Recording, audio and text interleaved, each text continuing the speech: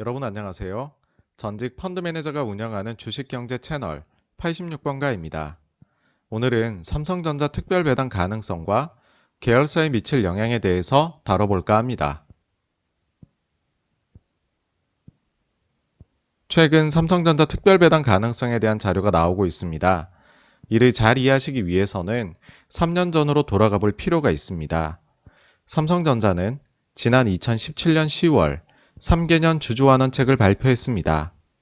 여기서 삼성전자는 주주환원과 관련하여 세 가지를 약속하였습니다. 첫째, 보유 자사주 자녀분의 전량 소각하겠다. 둘째, 향후 3년간 매년 9.6조 원의 현금 배당을 지급하겠다. 셋째, 2018에서 2020년 3년간 발생한 잉여 현금 흐름의 최소 50% 이상을 주주환원에 쓰겠다. 자사주 소각은 이미 2018년에 이뤄졌고 9.6조 현금 배당은 매분기 꼬박꼬박 지켜지고 있습니다. 이슈는 세 번째인데요. 삼성전자가 추가로 주주환원책을 내놓아야 하는 상황이 왔습니다.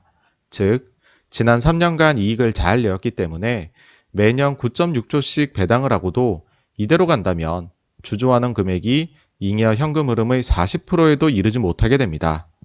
최소 50% 이상을 약속했으니 부족한 부분을 추가로 주주에게 돌려줘야 하는 것입니다. 쉽게 말해서 삼성전자는 부족한 부분을 특별 배당을 하던지 혹은 추가로 자사주 매입 소각을 하던지 어떻게든 주주들에게 추가적인 주주환원책을 제시해야 합니다. 삼성전자는 보통 4분기에 대한 배당 결정을 이듬해 1월 말에 내리니까 내년 초까지는 이 문제에 대한 결론이 지어질 것으로 봅니다. 그런데 지난 두 차례 3개년 주주환원 정책 발표가 10월 말에 개최되는 삼성전자의 3분기 실적 발표회에서 있었기에 투자자들은 오는 10월 29일로 예정된 삼성전자 3분기 실적 발표회에서 주주환원책이 결정되지 않을까 주목하게 된 것입니다. 86번가에서는 지난 8월 말 업로드한 영상에서 삼성전자가 더 이상 자사주를 사기 어려운 이유를 분석한 바 있는데 혹시 관심이 있으시다면 참고 부탁드립니다. 저는 이번에 삼성전자가 현금 특별 배당을 할 것으로 예상하고 있는데요. 배당 총액이 약 8.6조에서 10조에 이를 것으로 예상됩니다. 사실 지난 영상에서는 약 5.3조로 예상하였는데 금액이 좀 늘었습니다. 그 이유는 당시보다 하반기 잉여 현금 흐름에 대한 예상치가 높아졌기 때문입니다. 당시에는 10조를 기대했으나 현재 시장 예상치는 16.5조까지 상승하였습니다. 그리고 8.6조와 10조로 금액이 차이 나는 이유는 삼성전자 재무제표와 삼성전자 홈페이지의 주주 환원 내역에서 차이가 발생하기 때문입니다. 가령 2018년 1월에 있었던 자사주 매입에 대해서 홈페이지에서는 이를 전년도인 2017년에 포함시켜 두었습니다. 그리고 현금 흐름표 재무활동 현금 흐름에서 배당금의 지급과 홈페이지에서의 배당금 지급액에서 차이가 있습니다. 이는 배당금 지급 시차 때문으로 보입니다. 가령 2017년 말 주주 명부를 폐쇄해 2018년 1월에 결정한 배당금은 2017년으로 귀속시킨 것으로 보입니다. 즉, 2018년 1, 2, 3, 4분기 말 주주 명부를 폐쇄해 2018년 4월, 7월, 10월, 2019년 1월에 결정한 배당금은 2018년에 귀속시킨 것으로 보입니다. 회사에서 판단한 기준을 존중하여 적용하고 여기에 지난 영상보다 향상된 하반기 잉여 현금 흐름 수치를 대입하면 특별 배당이 10조 원에 이를 것으로 보입니다. 이로 인해 먼저 삼성전자 보통주 주주는 주당 배당금 1,476원, 배당 수익률 2.44%, 우선주 주주는 주당 배당금 1,476원, 배당 수익률 2.82%를 올리게 됩니다. 다음으로 삼성생명, 삼성물산, 삼성화재 주주에 미치는 영향입니다. 이 3사는 삼성전자를 각각 8.51%, 5.01%, 1.49% 보유하고 있는데요. 삼성전자 배당금이 올라가면 순이익이 증가하는 효과를 보게 됩니다. 먼저 삼성화재입니다. 삼성전자 특별 배당이 들어오게 되면 이를 세후 기준으로 보았을 때 약 950억의 세후 순이익이 증가하는 효과를 누리게 됩니다. 2021년 당기순이익 컨센서스가 8,453억임을 감안하면 약 11.2%가량의 이익 증가 효과가 있을 것으로 보입니다.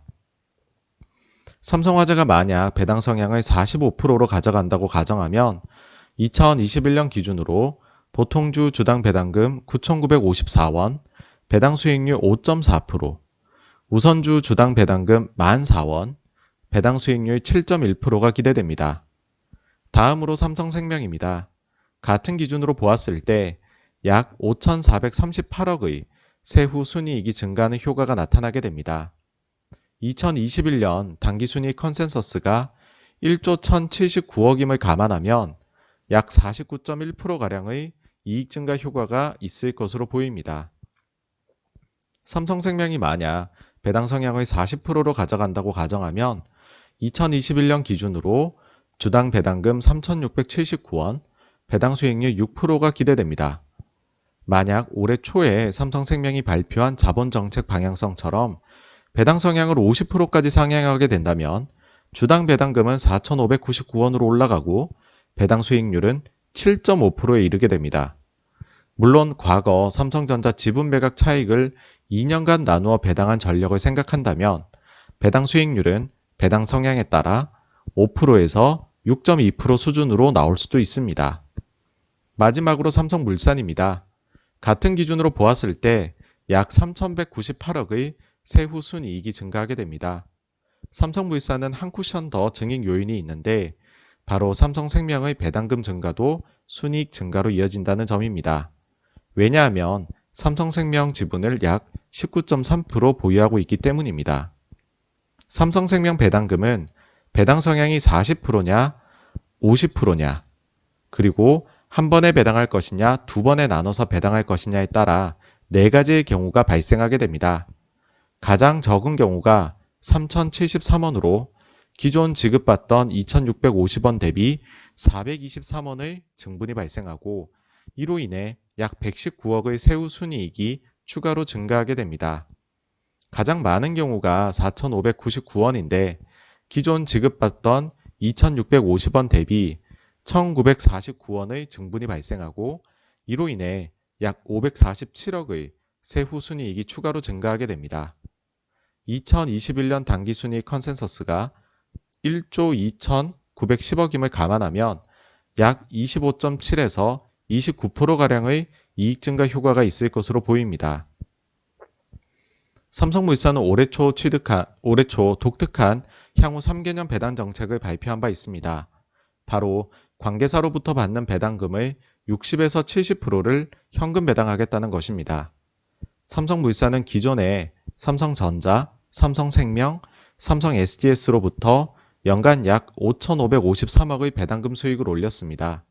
주당 2,000원, 총 3,299억을 배당했으니 약 60%가량을 배당한 셈입니다. 그런데 삼성전자와 삼성생명으로부터 수취하는 배당이 늘었기에 삼성물산의 배당금도 늘어날 것으로 보입니다. 60% 배당 성향을 가정하면 삼성물산 보통주 주당 배당금은 3,692원에서 3,906원, 배당 수익률 3.5에서 3.7%, 우선주 주당 배당금 3,742에서 3,956원, 배당 수익률 3.9에서 4.1%가 기대됩니다. 만약 70% 배당 성향을 보이게 된다면 보통주 주당 배당금 4,307에서 4,558원, 배당 수익률 4.1에서 4.3%, 우선주 주당 배당금 4,357에서 4,608원, 배당 수익률 4.5에서 4.8%가 기대됩니다. 물론 삼성전자의 특별 배당을 일회성으로 보아야 한다고 주장할 수도 있습니다. 하지만 이는 완전히 일회성이라기보다는 지난 3년간 나눠받아야 할 것들을 한 번에 받은 것이라고 보는 게 옳습니다. 따라서 특별 배당을 3분의 1로 나누어서 반영한다면 이는 경상이익 체력으로 보아도 무방하다고 생각합니다. 다음은 3분의 1로 나누어 경상이익 체력으로 반영했을 때 세계 기업의 예상 순이익 변화와 배당 변화를 나타낸 표입니다. 과연 삼성전자는 10월 29일 실적 발표회에서 어느 정도 수준의 주주환원책을 발표하게 될까요? 오늘 86번가에서 준비한 내용은 여기까지입니다. 아무쪼록 영상 내용이 시청하시는 분들께 도움이 되었으면 합니다. 감사합니다.